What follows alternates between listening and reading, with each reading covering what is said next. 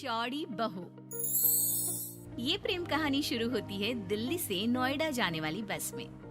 जिस बस में सवारी कर रहा होता है पराग और उस बस की कंडक्टर होती है अनुराधा। ओके, टिकट दिखाओ, टिकट टिकट। चाचा का प्लेन नहीं चल रहा है यहाँ तेरा, जिसमें फ्री में सवारी कर रहा है। हिसाब देना होता है हम लोगों को, सरकार को। निकाल पैसे, चल। पराग दूर से अनुराधा को देखता है।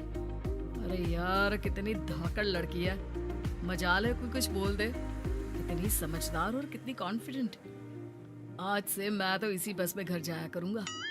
अब क्या था, भले पराग को घर जाने के लिए 10 बस छोड़नी पड़े, भले 20 किलोमीटर की यात्रा खड़े होकर पूरी करनी पड़े, लेकिन आने जाने का सिलसिला वो अनु की बस पर ही करता। एक दिन, ओह क्या करता है तू? हाँ, मैं नोटिस करती हूँ, देखता रहता है मुझे जब देखो तब। हाँ, वो मैं तुम्हें पसंद करता हूँ और शादी भी तुम्ही से करूंगा। हैं? वाह जी वाह, तू ना कोई प्रधानमंत्री हो गया कि आज से 500 की नोट बंद और नोट बंद। नाजिना, इतनी तो नहीं चलती, लेकिन हाँ, तुम्हें प्यार करता हूँ। तुम्हें कोई प्रॉब्लम नहीं होने दूंगा, ये वादा करता हूँ। हाय देखिए अपनी, मेरे लिए कोई ऐसा लड़का चाहिए जो मेरी तरह लंबा चौड़ा हो। अरे जोड़ी भी तभी अच्छी लगती है। जरूरी नहीं है, जो आपको खुश रखे, आपकी इमोशंस को समझे और आपसे बहुत सारा प्यार करे, जोड़ी तो उसी के साथ अच्छी लगती है। फिर क्या था, हीरोइन को हीरो से प्यार हो जाता है और दोनों शादी कर लेते हैं। शादी के बाद देख, अब तो इस घर की बहू है। अगर समझ गई है तो ये कंडक्टर वाली ड्रेस पहनकर घर से निकलने की जरूरत नहीं है। पराग अच्छा कमाता है तो तेरी नौकरी की भी जरूरत नहीं है हम लोगों को। अरे कैसी बात कर रही है माँ जी? यूँ कोई सरकारी नौकरी छोड़ता है क्या? और जब मेरी नौकरी लगी थी, मेरी अम्मा कितनी खुश हुई थी पता है? मैं तो नौकरी करूंगी। अरे नौकरी करेगी तो डंडे से मारूंगी, और हाँ, जो निकली घर से बाहर ना तो हाथ पैर तोड़ दूंगी और घर से बाहर निकाल दूंगी, देख लेना। अनु को समझ में नहीं आता कि वो सास को कैसे समझाए कि सरकारी नौकरी लगना आसान बात नहीं होती और उसने इस नौकरी को पाने के लिए कितनी हार्ड वर्क की थी। रात को अनु पराग से बात करती है। देखो पराग, मैं नौकरी करना चाहती हूँ। मुझे नहीं पता था कि तुम्हारी माँ को मेरी नौकरी से प्रॉब्लम होगी, वरना। ऐसी बात नहीं है, मैं माँ को समझाता हूँ। अगले रोज, देखो माँ, महंगाई का जमाना है और मेरी प्राइवेट नौकरी है। आज है कल का पता नहीं। वैसे भी अनु की सैलरी मेरी सैलरी के बराबर है।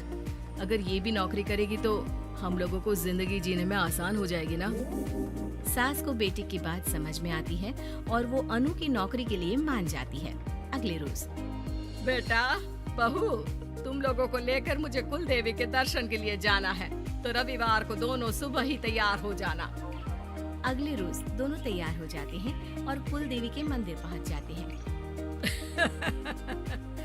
क्या संतोषी बहन, एक ऐसी बहू ले आई हो।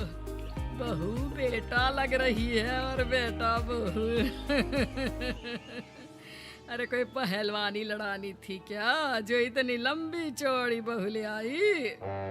अब क्या बताए पंडित जी, जो बेटे ने पसंद किया हमने उसे हाँ कर दी। अब बेटा जाने और उसका परिवार। और ये तो बस कंडक्टर की नौकरी करती है, इंटरस्टेट। और सच्ची, वाह वाह वाह, यह तो बड़ी बात है संतोषी। तुम तो किस्मत वाली निकली जो सरकारी नौकरी की बहू ले आई। यह तो वही बात हो गई कि घी के लड्डू का कोई शेप थोड़ी ना देखता है तो घी का लड्डू ही।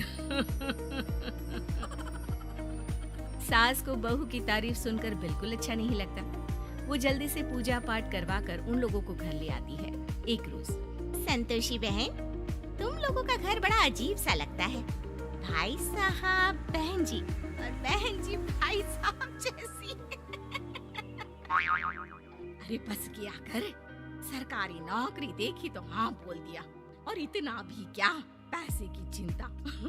चलती हूँ, खाना बनाना है। क्यों, बहू नहीं बनाती क्या खाना? अरे नहीं, वो तो नौकरी करने जाती है ना, तो उसके आने से पहले खाना बना देना पड़ता है, वरना पता है ना आजकल की लड़कियों की ज़बान कितनी लंबी होती है।